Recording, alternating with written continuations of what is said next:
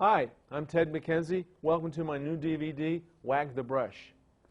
You know, everyone is running out of time these days. People are working longer hours at 2 or 3 jobs. Younger people living at home and in school are maxed out with homework, sports, video games. Drummers on the road can relate. Finding time to practice is a real problem for most of us. Learning drum rudiments takes a lot of time and repetition. It's more fun to sit behind a drum kit and bash, but the rudiments can't be ignored for too long. They have to be dealt with. Rudiments are the vocabulary of drumming. The sooner you learn them, the sooner you will be able to express yourself on the drums. If you already know your rudiments, but your technique is, sloppy, I have the solution: wire brushes. Look, this is not another wire brush DVD. Teaching jazz brush patterns on the snare drum. They're great DVDs and books, but this isn't that. If you haven't yet discovered brushes, you're about to find out the reason why most jazz drummers have great chops. Jazz drummers are required to play brushes. Rock drummers would be the least likely to use them. If you're a beginner, the brushes will train your hands and wrists and arms to move correctly. Once you have developed your hands with the brushes, it will take only 2 minutes to warm up. Your double strokes will sound exactly like your single strokes with perfect articulation on all of the drums. So let's get started.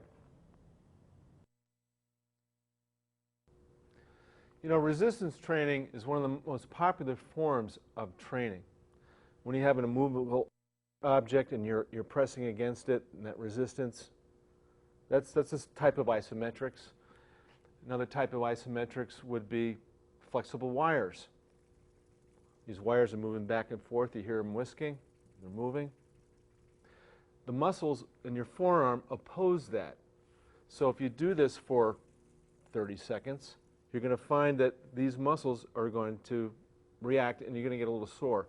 Also, the muscles in your hand that control your thumb and index, they're going to get a little challenged as well. But, wagging the brush is going to download that resistance into your muscles, and with that aggressive training, you're going to get huge results quickly. The stick does not have so much resistance. It's not flexible. It's a solid mass. So that's how you're going to benefit by using the brush. Some people will use the sticks and they will bounce on a very soft surface, a bed, a pillow, your thigh. They're great to use, but this is going to give you greater resistance. So it's very aggressive. When you snap, you get a contraction. That equals speed, strength, and volume and endurance. This requires a daily practice. The brush doesn't have much of a rebound to it. When I drop this brush, I don't get much of a rebound. And I could do this on the snare or a tom-tom. Get the same reaction. Ride cymbal, floor tom, same reaction. Everything reacts the same with the brush. If I do that with a stick, huge difference. Now I have a pad on the snare, but it still has approximately the same rebound. A lot of bounce. Small tom, not so much. Large tom, very little. Ride cymbal, very hard surface. Hi-hat, hard surface. But again, doesn't matter with the brush, everything reacts the same. So when you train your hands with this, it strengthens the fulcrum, it strengthens the forearms. Sticks are easier to control because when you switch from this aggressive training, it defines the attack. The drum sound opens up.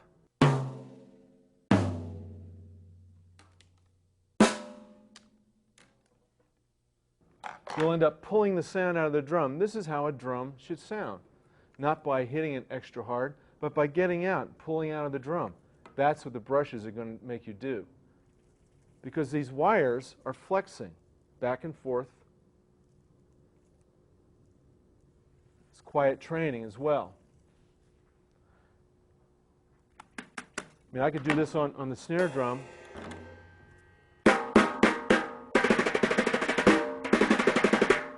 Very quiet. I could do it on any surface, as I already explained. It doesn't matter what surface I play them on. So you can practice these on the coffee table, a drum set, anything. Take them wherever you are, wherever you go. And this will be your training device. I'm going to show you the match grip in the brush format. You know, the brushes are going to allow themselves to fit right into your hand as long as you have this triangle fitting into the back of your hand. These brushes are going to strike the drum correctly. So that's the first thing we want to do. Align the triangle or the hook or whatever you have in the palm, okay? And that's going to be connected with the thumb and the index finger. Make sure that these two are holding the brush. This is the brains of the operation. Now the pinky is the next thing we have to talk about. That's going to connect to somewhere around the triangle or the hook on the brush. Now that connection is just this type of action. It's just battering back and forth. But you have to remember that the pinky is going to be used to touch that, and all the other fingers will follow. We don't want that coming off and having this go away. This is going to be disastrous. You won't have any results. So you're going to feel a little more pressure in the thumb and the index. This is the brains of the operation. You know, we do everything with these fingers. You button your shirt. You know, you pick everything up with this touch. So this is the brains, this is the pinky. So we call this pinky and the brains, all right? So you want to get that going, and remember when you're moving this, you can start wagging that, and it's just a short wrist turn here. You want to make sure that pinky is doing its job, and you can remember that this is going to feel a little tension, a little more muscle power is going to be used.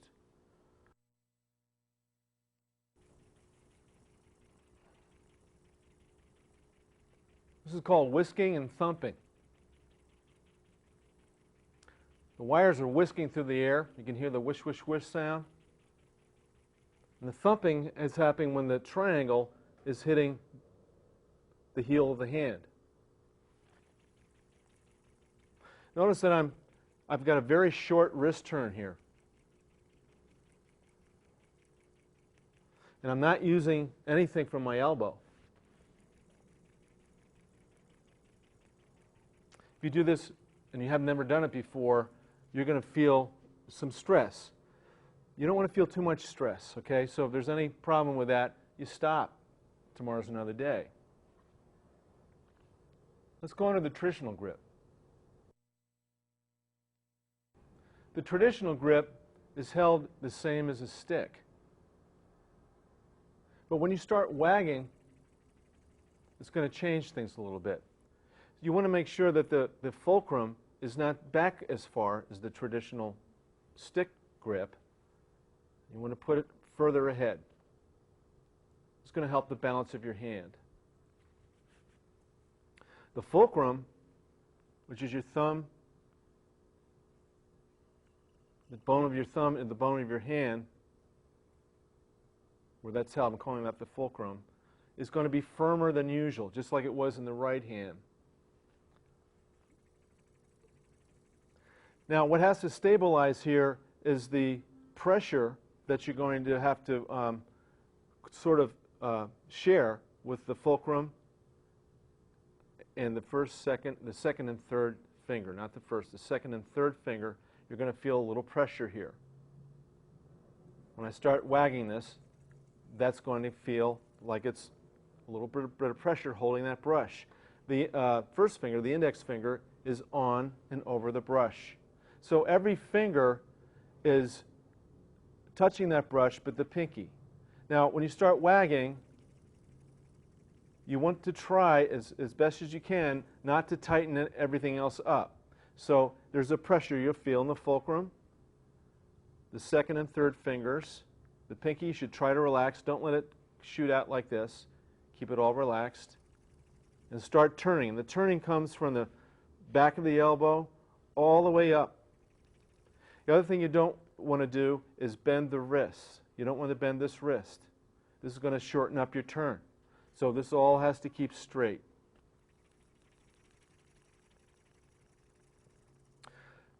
Now, when you go to hit the drum, you're going to notice that the triangle is not connected. It's not like the right hand.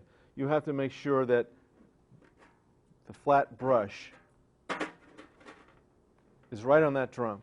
So when you turn up, it seems like it's going to not make the strike on the drum. So you have to get used to that a little bit. These are small wrist turns, both of them.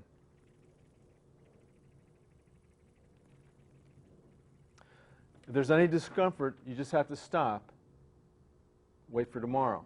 It might take time for this to all open up. But the reward is huge. The wrists and arms are not working in conjunction here. It's just the wrists. So it's the wrists that wag the brushes.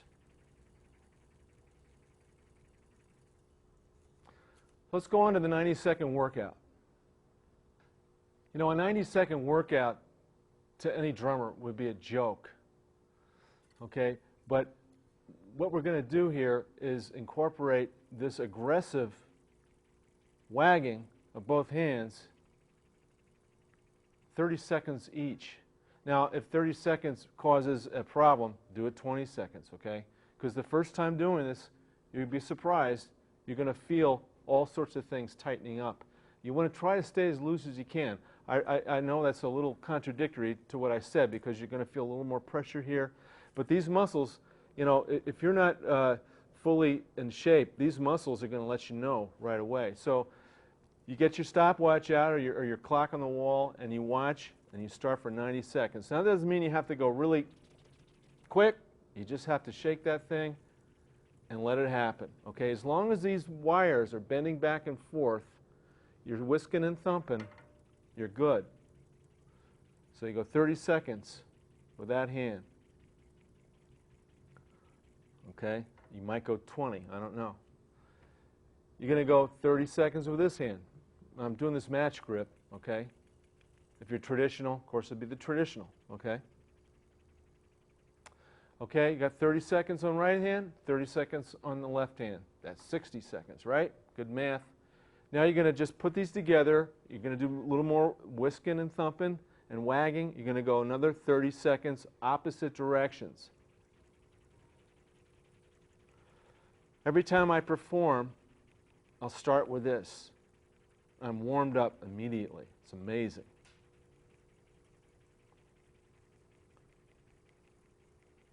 There's your 90-second warm-up workout as well.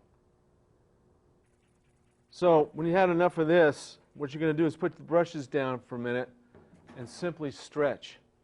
It's a real simple, easy stretch. You just take your hands, you match up your fingertips, you stretch out your elbows, and you just, it's like you're praying a little bit. You're going to just stretch these out. You're going to feel all your tendons and muscles just saying, ah, that's nice. I like that. So you're going to bring that in this way. And then simply go the other way.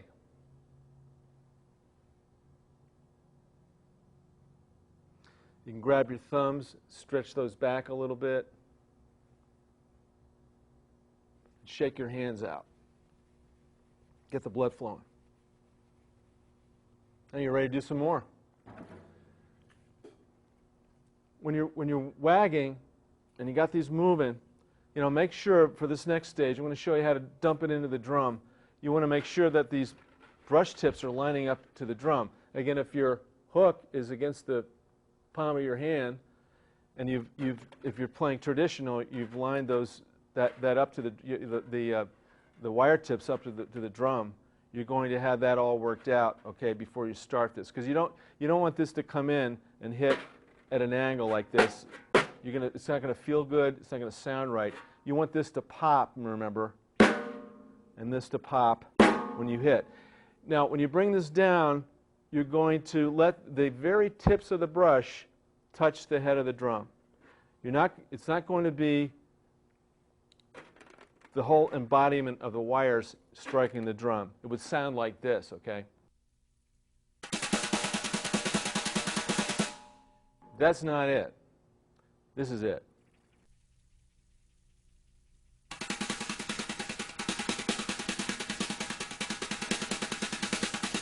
You hear that distinct pop.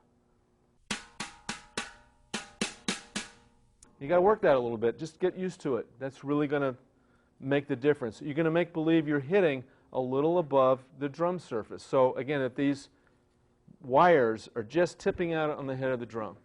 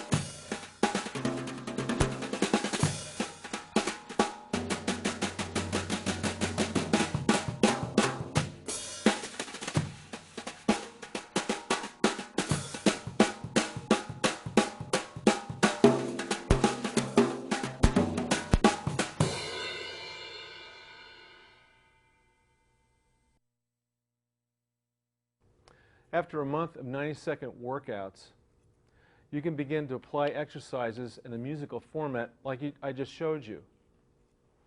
You can start using these exercises around the drum set.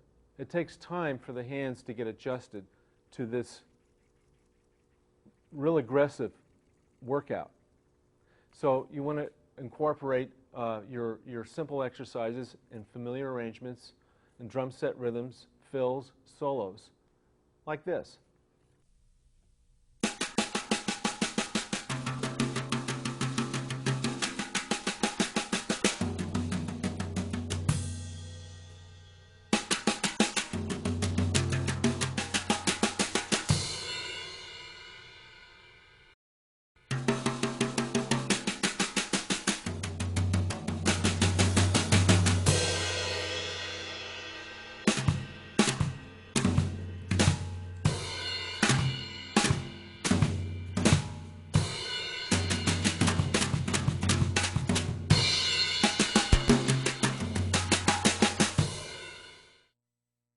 Notice that I'm popping each brush motion,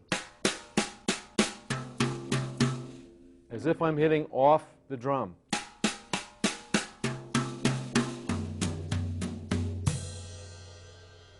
This is real important for you to do. You don't want to mush into the head. It's not a mushing.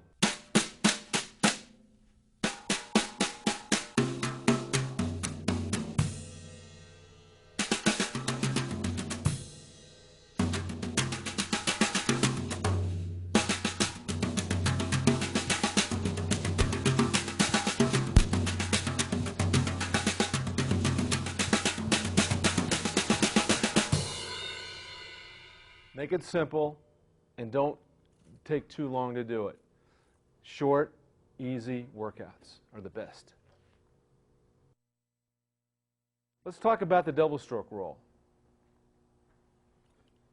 We're going to take your right hand and we're going to simply just whisk it twice. You're going to bring that down to the drum. You're going to hear 2 pops.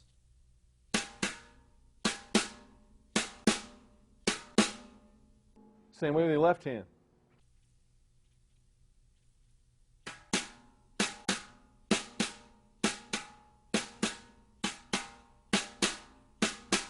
Of course, if you're playing match grip, it'll be match grip with both hands. All right, now you're going to try to align these together. Now, this works, okay? And you have to get started that way, fine. But we want to make this a linear expression, so everything's bump, bump, bump, bump, bump, bump, lined up. So this is where you want to be with this.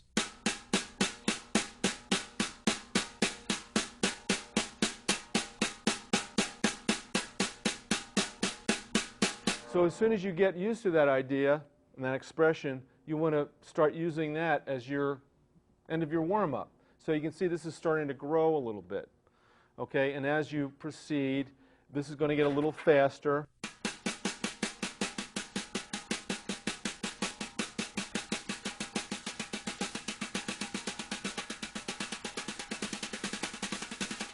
Okay, now we hit the second stage of the double stroke. And this is really, really important because as I said in the beginning of the DVD, your single strokes are going to be like your double strokes when you play them. And they're going to be able to be played on any surface. Okay, so this is the second part of the double stroke. We've got 1 tap, then we have a pop. Now, when I make that tap, it's not a tap like that. It's just really a drop in. And then the second stroke, you're going to wag the brush and pop it back out. So it's all one motion.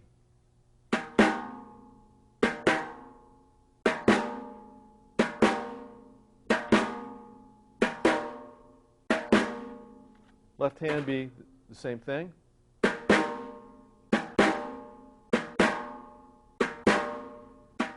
And this is, for most people, this takes a little getting used to. So it might be a good idea, just start them independently of each other, not linear at first.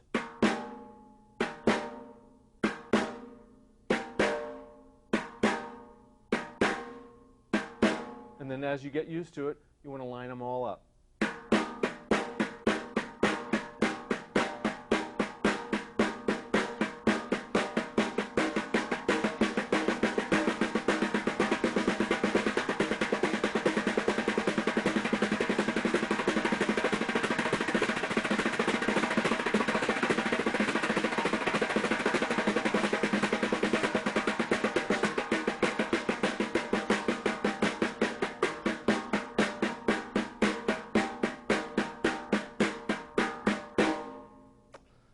Okay, now I've used this with almost everyone I've taught this to.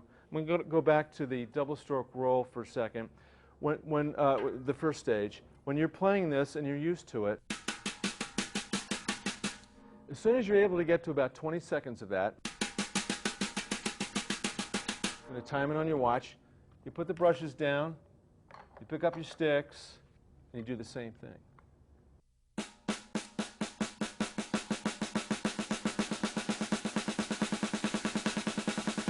This is where my students really get impressed. You're going to feel these sticks flying out of your hands. It's not because of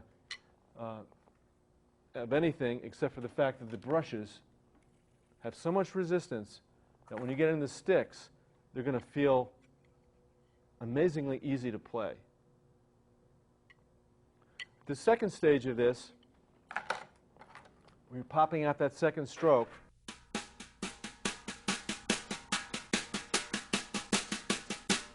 and you graduate into that, you're going to start doing that with the sticks.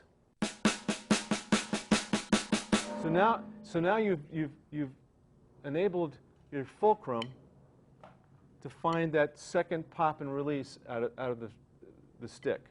So the stick drops in nice and easy, and then you get a little pop, draw it back out. Your brushes are going to teach you how to do this.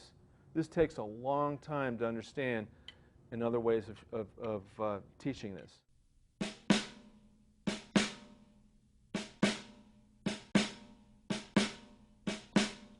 Now, the reason for this is because that second stroke is usually the harder stroke to get out. You know, you're coming in, you have a rebound, it's only half. When you go to make that rebound, it's very difficult, if you haven't trained, to get that even equal to the first stroke. But to accent it and to pop it out is very difficult. This is what the brushes are going to do in your training. Remember, it's one continuous motion, soft in, pop out, soft pop, soft pop, soft pop. When I take that idea and I move it down to a mushy drum like a floor tom, there's no difference in my hand. There's no difference in the brush. The brush reacts the same to everything. I put the stick in my hand now. There's no difference anymore. Now, normally when someone takes the stick and does this in a roll, they'll play this kind of a roll.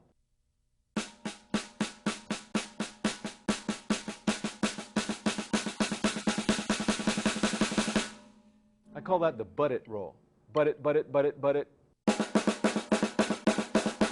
It's not good for much of anything until you understand how to perfect your roll. Okay, now, this works so good that I can take my, I'm going to just give you an expression here. I can take my thigh, which is, it has less bounce, I think, than a pillow. You try to bounce on your thigh, it just doesn't work. It's like there's no action on your thigh. But I can do a double stroke roll here because I've wagged the brush.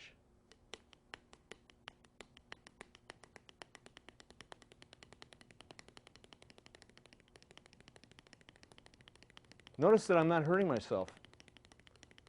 I'm going to take this roll and I'm going to put it onto the snare drum. I'm going to take it and put it on the floor tom.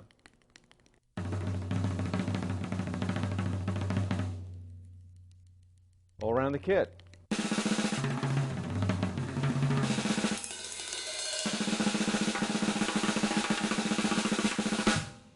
I can actually take it into the rim shots.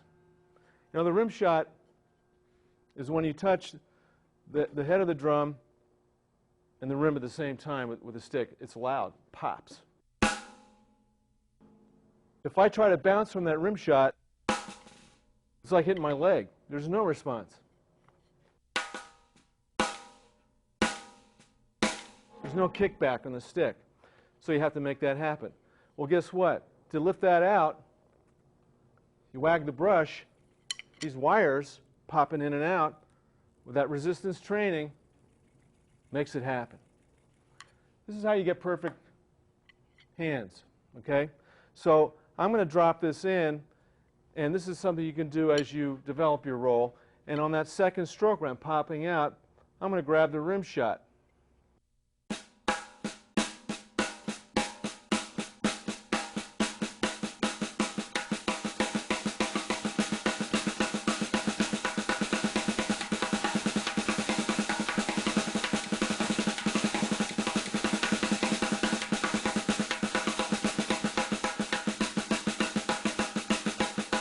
Notice I have a great ease in getting that out.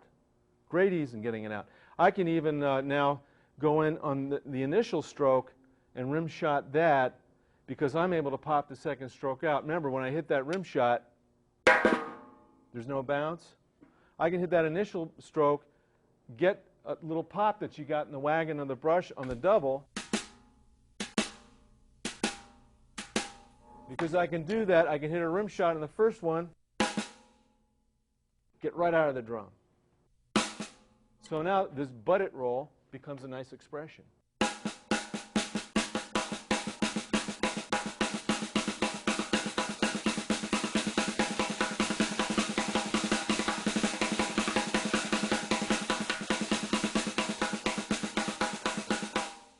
by the way, one of the most difficult things to do when you're playing would be these two roll expressions with the rim shot on the second and first stroke. Very difficult to do. Wire brushes are going to train you to do that. So you're a little bit of nurturing this every day. You know, after a couple, 3 months, you're going to be able to start to express this, and it brings out all the color in your playing. It gives you wonderful technique and control. And as you could see, playing on my thigh, you've taken all the pressure off the drums. You're drawing the sound out of the drums.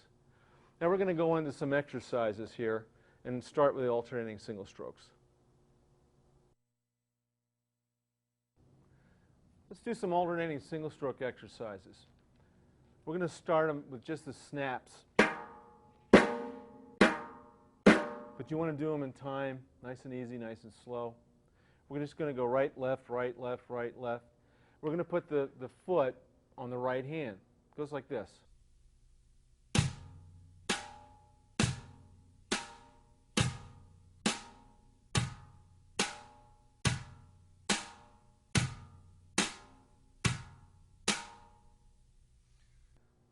Now you're starting to get the association of the downbeat in those single strokes.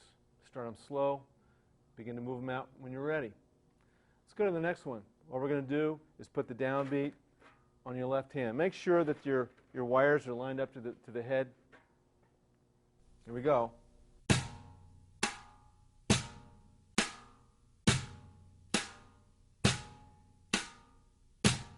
Notice that I'm popping each stroke. I'm not playing, making those wires work for you.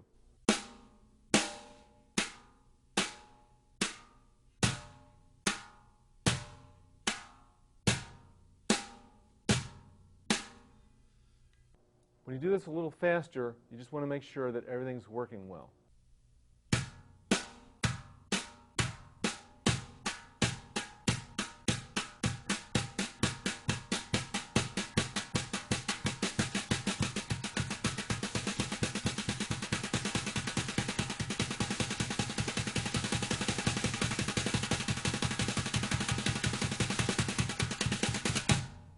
On the left hand, same thing.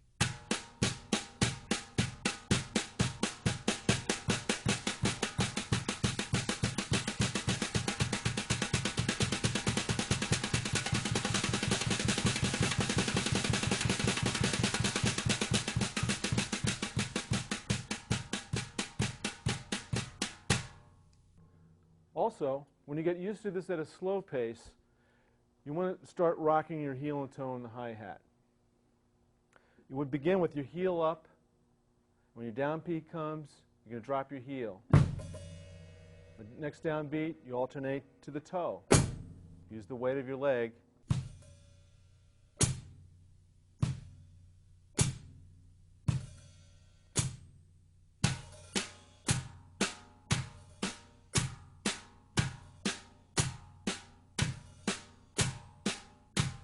On the left hand,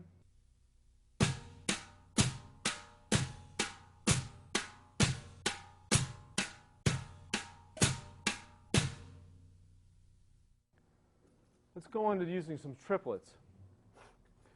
We're going to be counting this in 6, so that when you count the 6 strokes, 1, 2, 3, 4, 5, 6, your downbeat is going to be on 1 and 4, like this. 1, 2, 3, 4, 5, 6.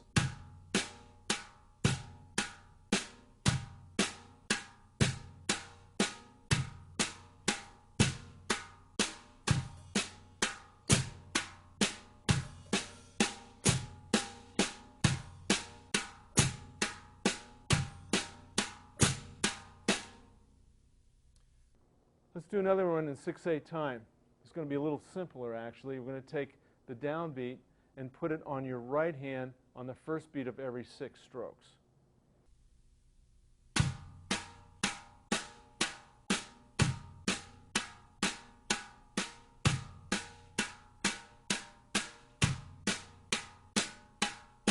That might be a little hard at first to get the hi-hat worked in until you speed it up a little bit.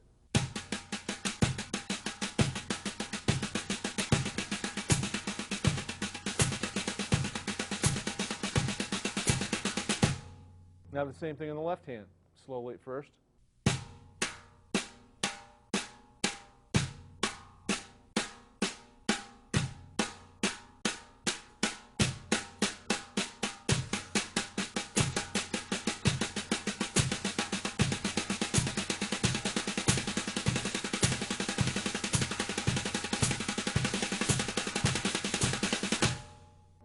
Remember to stretch. All short single strokes are called roughs. I'm going to take a simple 3-stroke rough. We're going to use the same properties we've already worked at and work them, pop in each stroke. We're going to count out loud. We're going to count in four beats of the measure. 4, the count will be a rest. So each stroke will be 1, 2, 3, 4. I'm going to put the foot on 1 and 3. It's going to sound like this. 1, 2, 3, 4. 1, 2, 3, 4.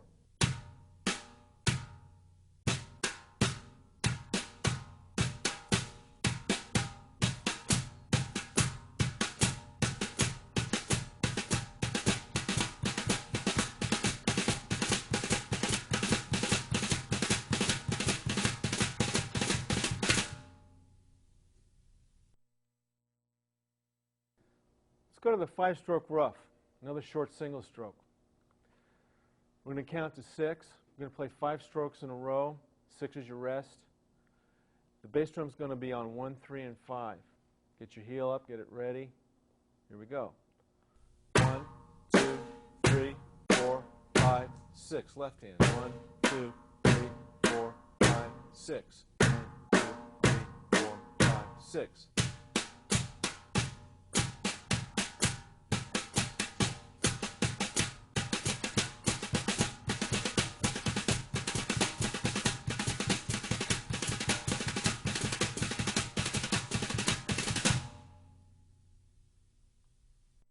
Let's go to the 5-stroke roll. It's going to sound the same as the 5-stroke rough, but if you're just getting used to your roll, it might be a little squirrely getting into it first, but you want to make sure that your rolls and your short rolls, your short roughs, are exactly right and then the same, because then you can interchange them.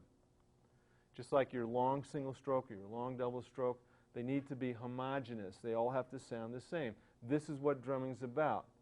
You don't want to be sloppy, you want to be perfect, okay? So here goes the 5-stroke roll, okay? We're going to go right, right, left, left, right. Okay, and we're going to put the foot in the same as we did with the 5-stroke rough. 6 is a rest, okay? So then after I'm done with starting my right hand, I will start with my left hand. After we get it rolling, put the hi-hat in. Here we go.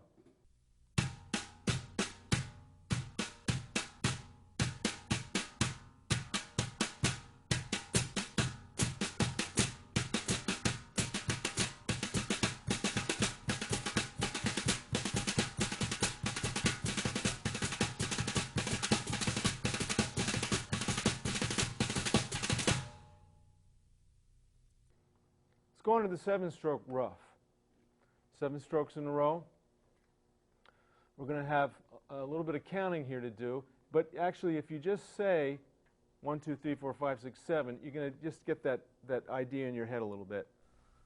1, 2, 3, 4, 5, 6, 7, all single strokes. Start with the left hand. 1, 2, 3, 4, 5, 6, 7. Now if we put a count to that, 1 and 2 and 3 and 4, those are 7 strokes. It goes like this. 1 and 2 and 3 and 4.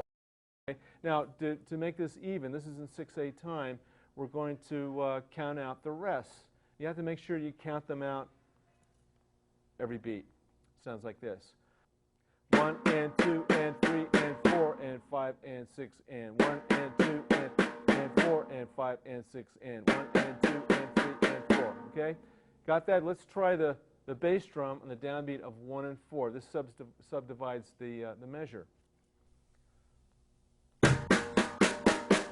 5, 6. 1 and 2 and 3 and 4. 5, 6. 5, 6. My heels up. My left foot.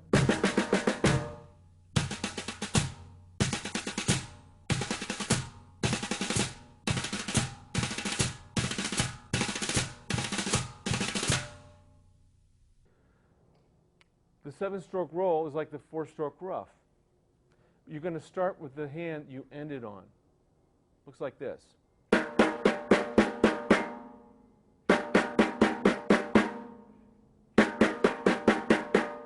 so forth. So we're going to put the foot on the first and last beat, okay? Same counting. 1 and 2 and 3 and 4, 5, 6. 1 and 2 and 3 and 4, 5, 6.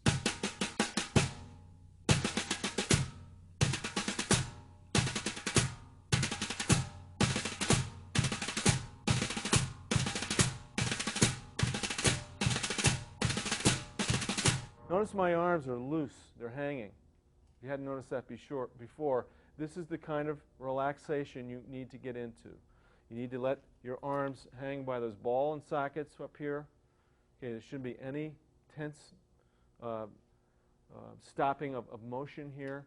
So when you start wagging that brush, it's going to naturally make you move this way. Okay. Okay, this is really how you need to drum. You don't be tense at all. You don't want to find these muscles up in here getting tense. You just have to relax. Next, we're going to do double strokes and triplets. We're going to start just by counting in 6, like this. 1, 2, 3, 4, 5, 6. 1, 2, 3, 4, 5, 6. And the downbeat here is going to be on your right hand and then your left hand. 1, 2, 3, 4, 5, 6. 1, 2, 3, 4, 5, 6.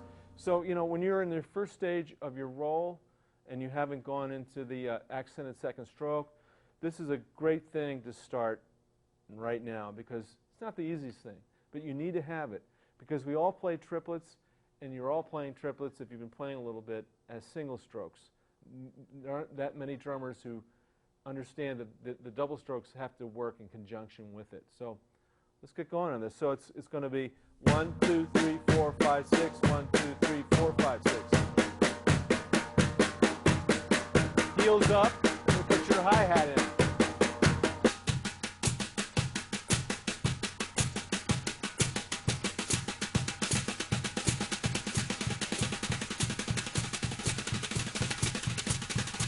Now I pushed that into the second level, you notice that. So you might have to stay in the first level for a while. Next we're going to do the 6-stroke roll. If you haven't done this before, this will be a major rudiment for you to have. And once you get these rudiments, you're going to find, oh gee, everyone's doing them, because you're going to hear everyone doing them, okay? You hear those great drummers and you wonder what are they doing? They're rudiments, okay? So this is the 6th stroke. It's a continuum. I'm going to count in 6, and my sticking is going to be right, right, left, left, right, left, right, right, left, left, right, left. It's like this.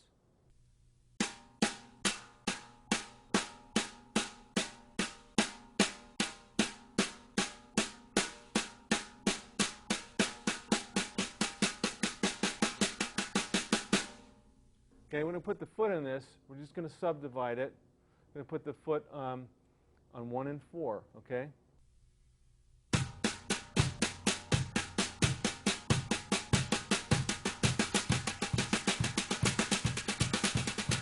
And you can add the hi-hat to that when you're ready. Now, you want to do the opposite of that, because if you just did it from the right hand, you're right-handed, you're going to do it from the left hand, and you're going to be disappointed if you haven't practiced it. You're going to have to learn this from your left hand as well, okay? So it's the same thing. Except you're going to be sharing left, left, right, right, left, right.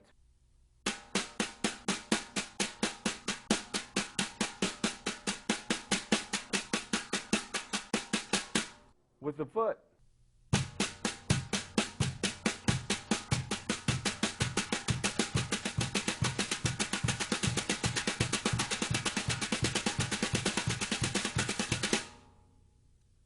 Let's do the single paradiddle. For those of you who have not done this before, it is a combination of single strokes and double strokes. It's an ancient rudiment. This goes back somewhere in the 1700s, I think, when it was first written down. And all along the way, they've been using the word paradiddle to get it right. So you might try that if you haven't done it before. You got to remember that a diddle is always a double stroke, okay? And the para means pair of singles. So when you hit a pair, ra, di, do, you've done the first part of the form. Then you start in the left hand, pair, ra, di, do. These are very hard to do when they speed up, because when you're playing drumsticks, the bounce out of that decays in a very special way. I'm going to just show you that quickly.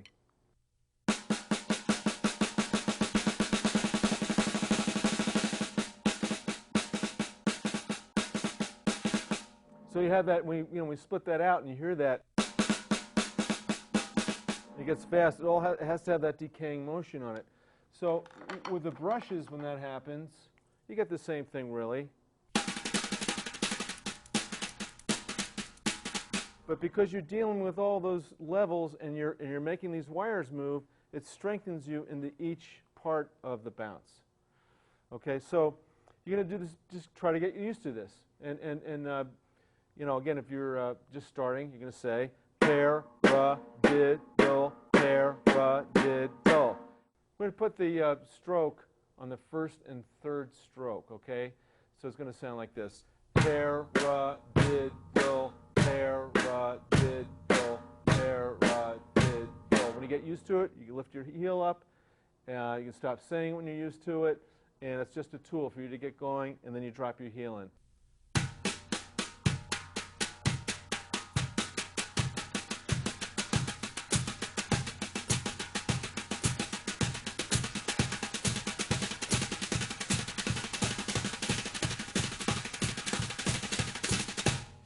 Let's go to the double paradiddle. We're going to add a pair-ra to the paradiddle.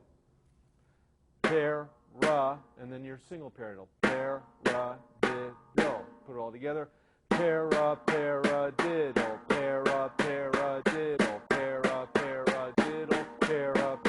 diddle. If I count that, we're going to count 6 strokes on the first form, starting with the right hand. 1, 2, 3, 4, 5, 6. 5, 6 is the diddle. So we're going to put the foot on 1 and 4. 1, 2, 3, 4, 5, 6.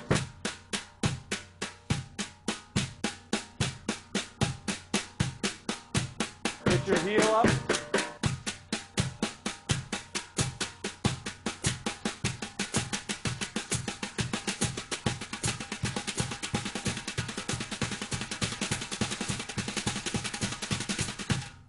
Double paradiddle.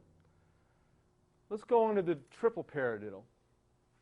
We're just going to add another pair-ra in front of the double paradiddle. So we have pair-ra, pair-ra, pair-ra, did, do. Okay? And if we put the bass drum on every other beat, sounds like that. Pair-ra, pair-ra, pair-ra, did, do. Pair-ra, pair-ra, pair-ra, did. Get your heel up.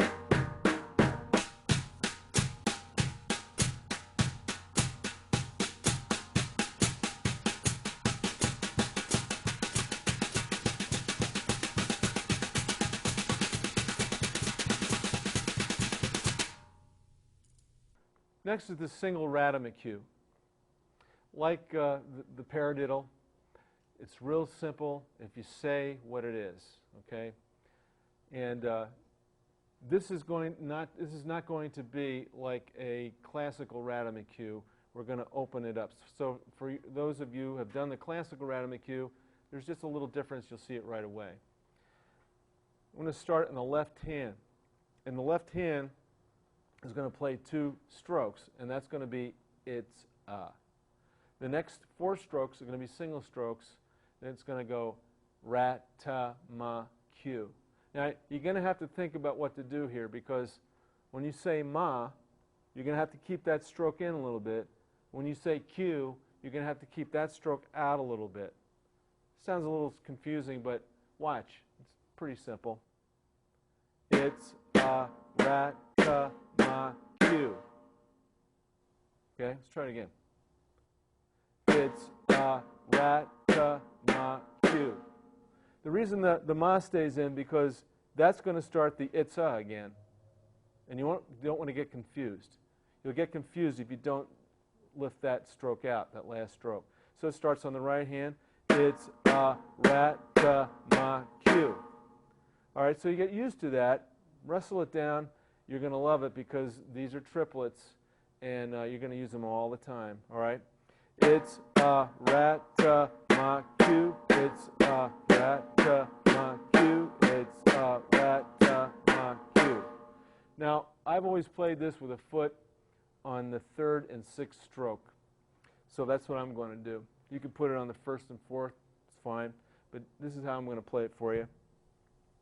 It's a rat ma cue. It's a rat ma cue. It's a rat ma cue. It's a rat ma cue. Okay, so I'm going to add the hi-hat to that. This might take you a little while to open up, but I guarantee you it's worth it. So the heel's up. You're going to get ready for this.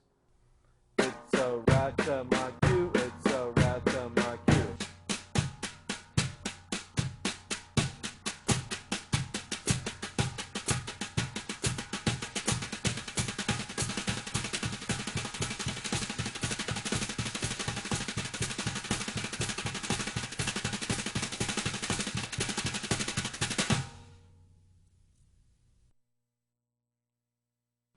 That completes the DVD. I know you're going to have great success with the brushes. I want to thank DW Drums, Vic Firth drumsticks, Sabian cymbals, Audix microphones, and Aquarian drum heads. See you next time.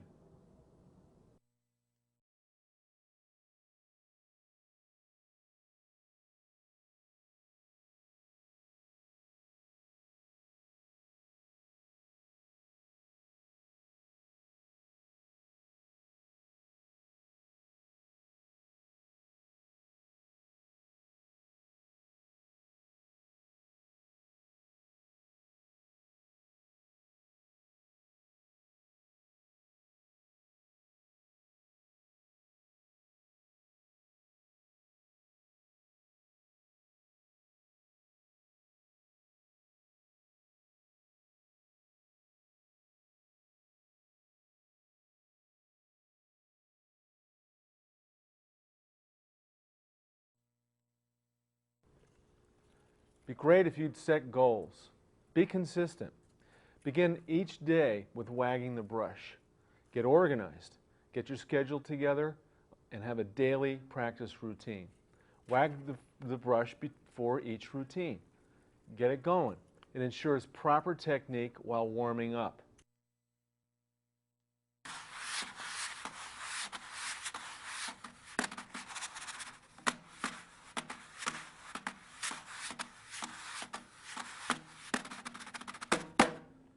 As the story goes, in the city of New Orleans, sometime in the early 1900s, during a hot jam session, the drummer was told to quiet down.